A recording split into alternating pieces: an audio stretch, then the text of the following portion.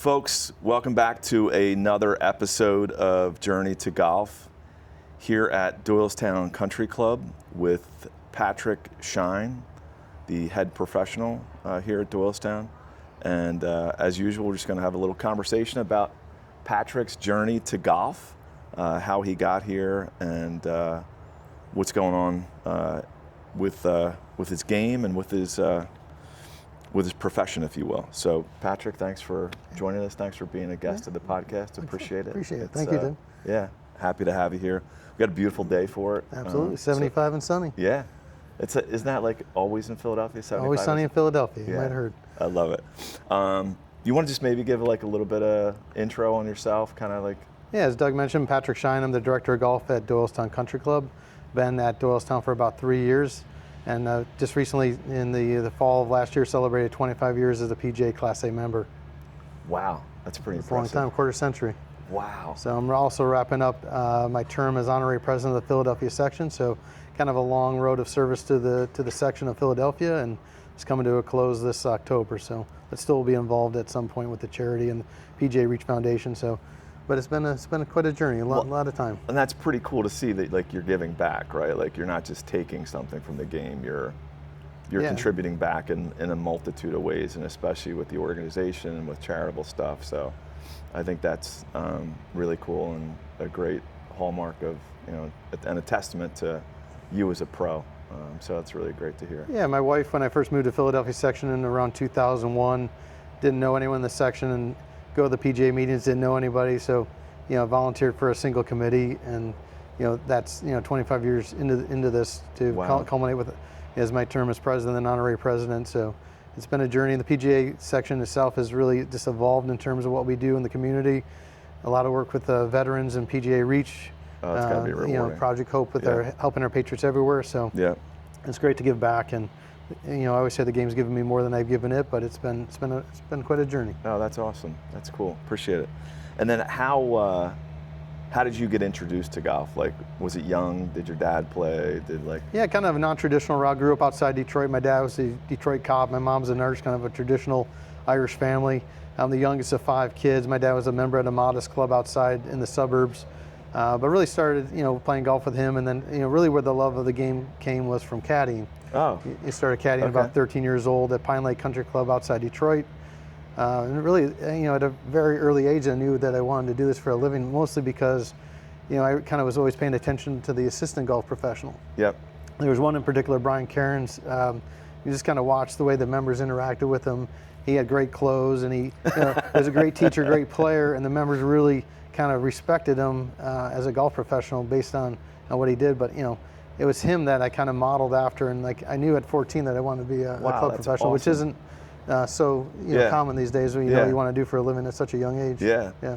Well, and interesting too, because like one of the things I've been wondering is, were there ever designs to actually try and be on tour, or was it just, hey, this would be a really cool job, and obviously you have a passion for the game, and you have to have a passion for this for the industry in general, because you do it a lot, but like to come to hear a club like this every single day is I like coming to work every day, and there's tons of value in that. But I mean, I was doing an internship in Greenville, South Carolina at the time was a Ben Hogan tour. That's how far back it goes now, the Corn Ferry tour. And I was an okay college player, not a tremendous player. I played at Ferris State up in northern Michigan. Okay. But looking at this, the Ben Hogan tour had some of the best players in the world, and kind of looking at that lifestyle, and that would have been my best expectation, would be to be kind of a mini tour player. Okay. And just watching that circus come into town, like everyone looks like a guy like a Freddie Couples at the time, or someone that's making a lot of money and traveling. But that was like, back then it was definitely in the minority, and realized that road was not going to be so bright. And spent time with like for example, my friend at the time caddied for Stan Utley. Stan Utley had a decent career tour. Now he's a tremendous teacher out in Scottsdale. Sure. But a tremendous player. But to try to grind a living, very, very difficult. So I realized early on that probably wasn't going to be the resting spot for my career. And I think that's probably a pretty big misconception by a lot of amateur or maybe people that aren't as familiar with golf and the industry and the tours. Like, a lot of these folks are not making money they're spending a ton of money. And to your point, you're seeing a circus come into town often because they're on the road constantly. And it didn't look appealing. Yeah, it just seemed like, and there's, worked in Florida, for the winter times when I was in Chicago as an assistant going back and forth to Naples, Florida, and down in Florida there's a tremendous amount of aspirational players, right? And there's 5 or 10 at every club down in Florida. That's a lot of people, a lot of competition, and to kind of get to that upper echelon to make a living. There's more opportunities to play now than there were then, for sure. But not as appealing as not as glamorous as for the majority or the masses. So 14, you set your sights on, this could be what I want to do for the rest of my life. That's pretty cool. You go on to play college golf. And then So I went to Ferris State, which has a professional golf management school. It's one of the very first university to offer this in the United States. Kind of the leaders in that industry. So it's a 5-year program actually. You get a traditional, I have a marketing degree from Ferris State and a Bachelor of Science and a couple other small degrees. But the idea would be that you go and you intern throughout the country. And that's how you learn the business. So you work for 6 months at a shot, 3 or 4 times during the course of your education. So instead of going home for the summer, you go to the Carolinas and work. You go to Florida, Chicago, and you work for golf professionals. You learn the trade from golf professionals. And then I would assume those internships maybe help you post-graduating. Yeah, absolutely. Landing a job. You learn the business, and you kind of try to do a private club or resort, kind of and see what you're stylistically. What do you want to? What are you good at? Are you a good business person? Are you a good teacher? Are you a good player? It's kind of been more specialized these days with golf professionals. Like my group of golf professionals have to be good at like teaching, coaching, business. Now you can kind of specialize into teaching or general management role or more of a operational role. So you can be very specific on what you want to do, as opposed to most golf professionals have been doing it a while or kind of have to be good at many different aspects of it. So a lot more different for sure. Interesting.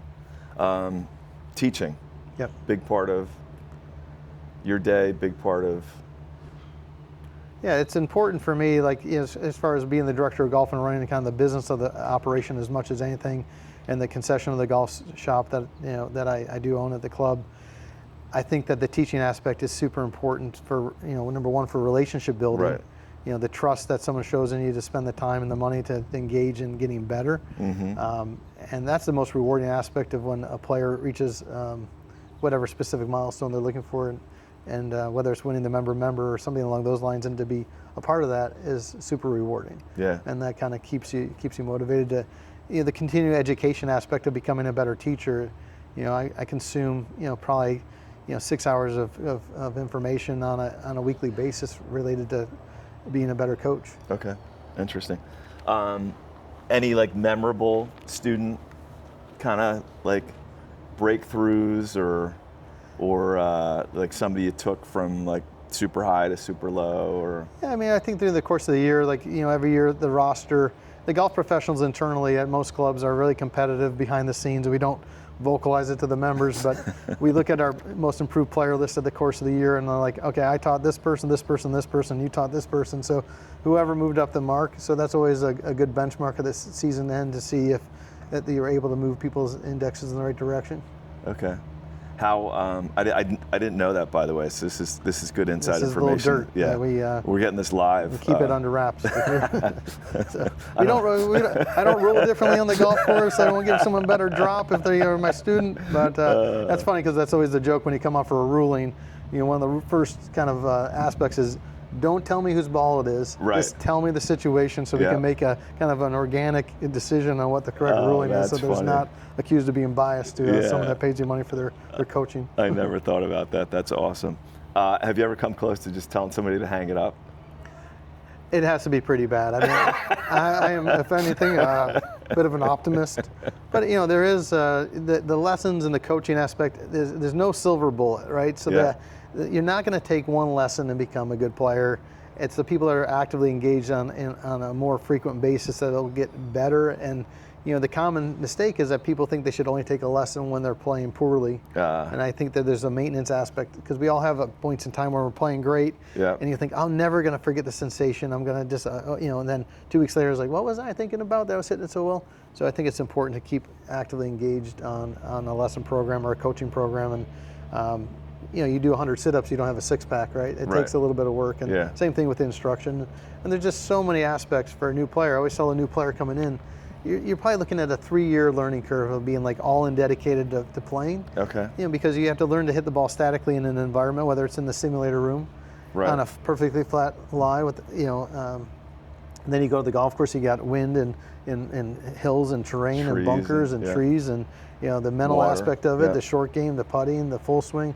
It's just such a big animal, and that's always been a bit of the challenge for our industry is like, how do we keep someone engaged long enough so they're good enough they can have fun, and because no one wants to do something they're not great at, right? So if I can have, and that's why you're just trying to find, like, early on I'll tell players, like, don't worry about the score, like solid contact, good shots, and like, for example, one of the pitfalls with the junior golf, they'll tell parent will tell a kid to putt the ball from 30 yards off the green, instead of chipping it. It's like, okay, I'd rather have the kid chunk the chip over and over again until they get good enough to hit that shot, as opposed to like, anyone can putt it off. But if you want to be a world-class player, you got to learn to chip it off the green. Like a perfect example, right? So you got to struggle through, and you can't be worried about score, because you're going to stunt your growth if you're only worried about the scoring aspect of what you're doing. And I think that's some of the best advice you've given me as I've taken lessons is, maybe focusing on some good shots out there, or if there's something in particular that we're working on, make sure you're executing that well.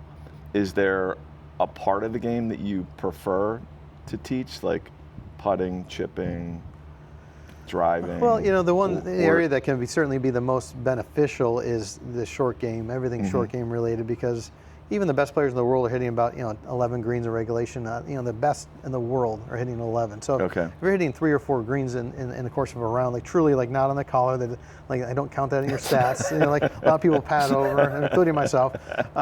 You got to get up and down, and like at least, or turn double bogeys into single bogeys, and that's how your score is going to start to plummet down. So short game is definitely the one that you can have the most impact in terms of the scoring metric.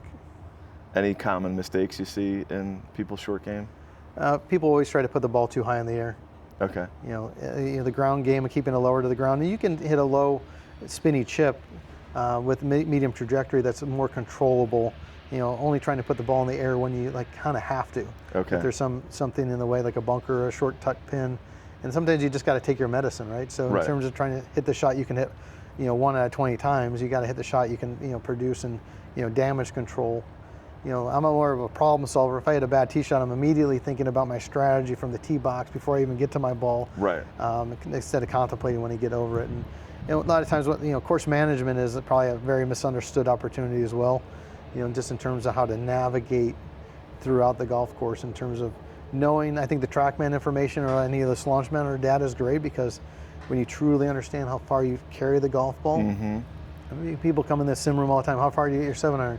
150. Nah, you carry a 136. Right. It might reside at 150, but there's a big difference when you're playing golf to get the ball to actually carry to the number and really truly knowing what it is. And a lot of our focus with the TrackMan training is everyone's worried about dispersion from left to right. If you want to get better, you got to get better from top to bottom. So whatever you hit that club distance-wise, whatever it is, it needs to be the same distance within, say 5 yards. Sure. If you can control your distances more accurately, instead of you hit your 7 on 148 and the one time you hit at 122, or you can't play good golf like that. So whatever the number is, don't get in a fix about, twist about how far you hit it. Try to get the same repeatability in terms of the output on the yardage is super key. Well, and carry being critical too, right? If you're 150 to your target, if your target's the pin, and there's a bunker at 130 or 135, and that's actually the carry of your 7, you're gonna hit your 7, think you're on, and you're going to be greenside bunker or something worse, right? So, how often when you're on the golf course do you hit a solid shot that flies over the green? Like, and how often do you hit shots that fall short in the bunker? It's like, I would think that the overall audience should probably look at hitting one more club than they think they try it for a couple rounds. If you think it's a 7 or 8, hit 7 all day long. Yeah. And you'll be surprised how many more greens you hit in regulation by hitting one extra club, as opposed to going for that perfect strike.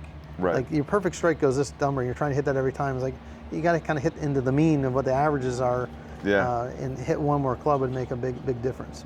So I'm guessing you would recommend then back of the green as the target. Well, more center of the green, and less pin hunting. Yep. Like the pin is kind of a guideline. Mm-hmm. More centerness of direction. Okay. And once you understand also your dispersion pattern, right? If you hit on the track when you hit 50 shots, you'll see a grid and you'll see like a clustering.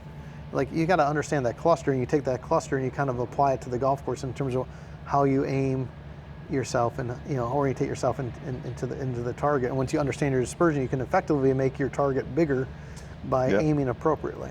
Okay, very cool. And then, are you still actively playing?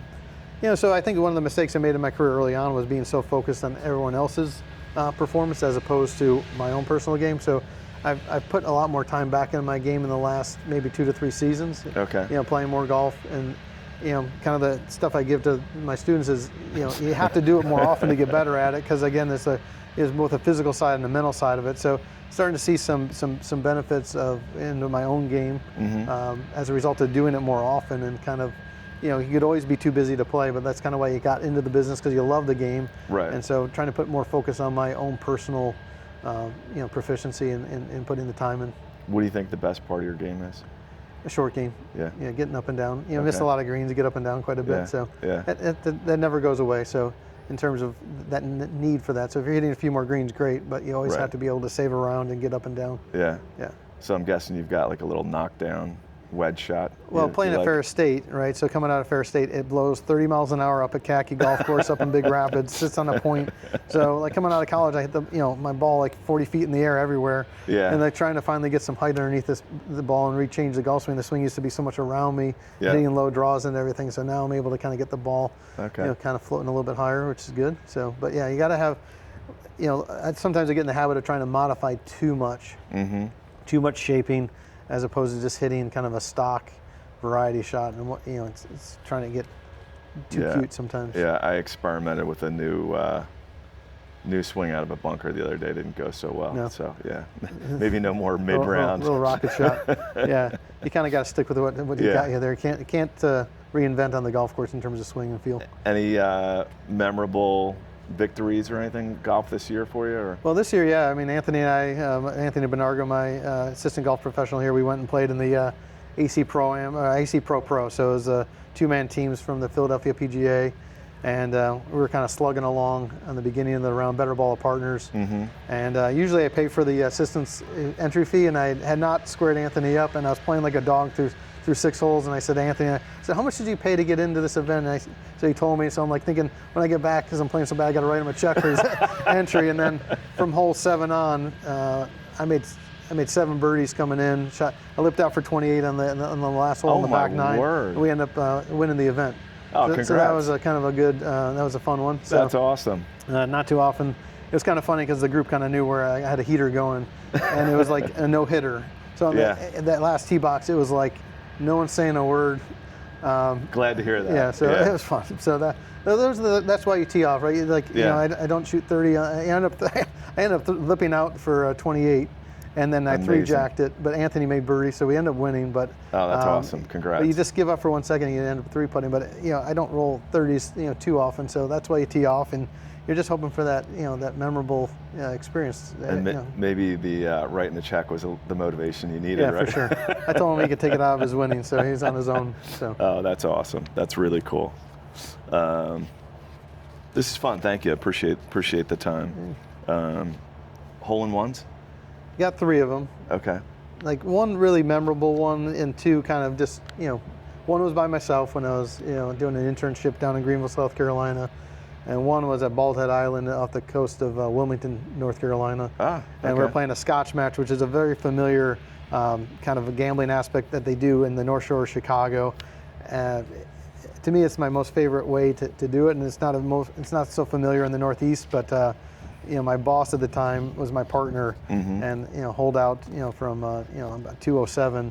Kind of a beautiful par 3 over at Bald Head into the ocean. Yeah. That was a fun one because bought some favor with my boss as well as winning some money. So it was good. That's awesome, and it sounds like a beautiful. But I've been on a drought. My last one was at Hartfeld National in 2006. So I'm on a drought. So wow. Okay. I need to get another one here. Well, hopefully it comes back soon. I'm due. Yeah. I'm due, Yeah. so. I've never had one, so. You got to talk about it to make it happen. Eventually, I'm going to be right. So. I love it. Any favorite golf trip? Well, it's funny. Funny golf trip story that's.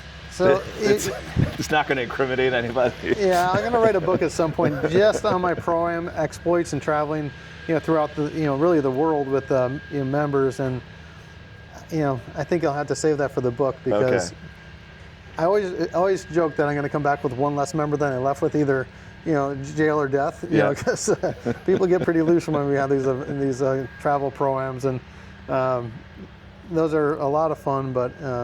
There's a lot of shenanigans that happen, so I'll save it for the book. Oh, that's awesome. And be on the lookout for that book. It's coming out soon. Coming out. I'll change the names, don't worry. I wouldn't hold your breath, but hopefully it'll be out soon. Favorite course? There's so many good ones. I mean, we had a favorable day. We went out to, one of my best golf trips was a 48-hour trip out to Monterey. Oh, wow. We played, in the same day we played Cypress Point and Pebble Beach. Okay. And then San Francisco Golf Club and Half Moon, all in 48 hours. Oh, man. So that was, as far as just maximizing time and energy, that was a pretty good one. Beautiful part of the world, too. Yeah, Cypress is pretty spectacular. Monterey in general is just a very special place. Gorgeous. Half Moon Bay is not bad either if you can. Not too bad. That was like the worst one on the list, and that's still pretty strong. Yeah. So that's a pretty good day. Yeah, for sure. Oh, that's awesome. Bucket list courses? Yeah, Augusta. That's one of those ones where if someone calls you up and says you got to be there tomorrow, you no matter what, you figure a way. The very funny story is the very first time I played Pine Valley was kind of on a whim. I'm giving a golf lesson, and the person working the shop comes and hands me a note as I'm in the middle of a lesson. It says Pine Valley 12:30 ? Now it's about 11 o'clock, and it's about an hour and 25 minutes from Hartfeld to get to Pine Valley. And I show the note to the lesson I'm giving. He's like, have fun. So, made it there in no time flat. So that was that's special. So that was kind of a unexpected invite, but you got to, and people get it, right? So the lessons like this is a no-brainer. When opportunity knocks, you gotta open the door and go. Yeah, that's pretty cool. So I know you got something of your own going with. You mentioned Anthony Benargo earlier. You want to chat about that at all a little bit? So, Anthony and I are going to do a little bit of content. It's called Average Pros, and basically, we're your average club golf professionals that, really work hard to, we talked about everyone else enjoying the game, but we still love to play a little bit. So we're going to do some content where we have some, 1v1 matches we're going to, do in the sim room and on the golf course, and some 2v2 matches with either members or celebrities locally. Just kind of have some fun with it and get some content out of it. So it's fun. That's awesome. It's all about, promoting this great game and getting more people excited about it. And there's more and more of this happening, like your podcast and Glove Off Golf, and it's fun. So. Yeah, no, it's really cool. So folks, be on the lookout for that.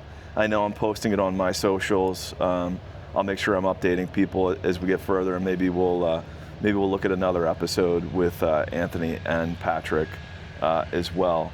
Any advice to maybe somebody that's watching that's thinking about becoming a golf pro?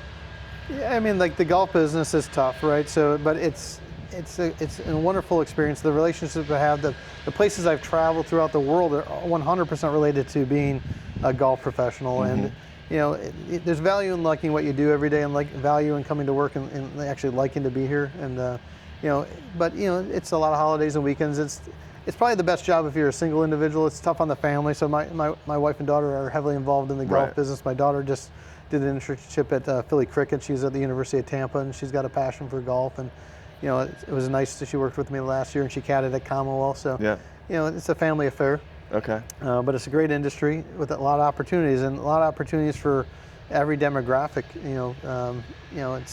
Our sport is kind of becoming more global, and kind of the industry is starting to look like our population a little bit more, instead of the faces are more familiar to every part of our community. So not just the suburbs. So it's been great to see. Yeah.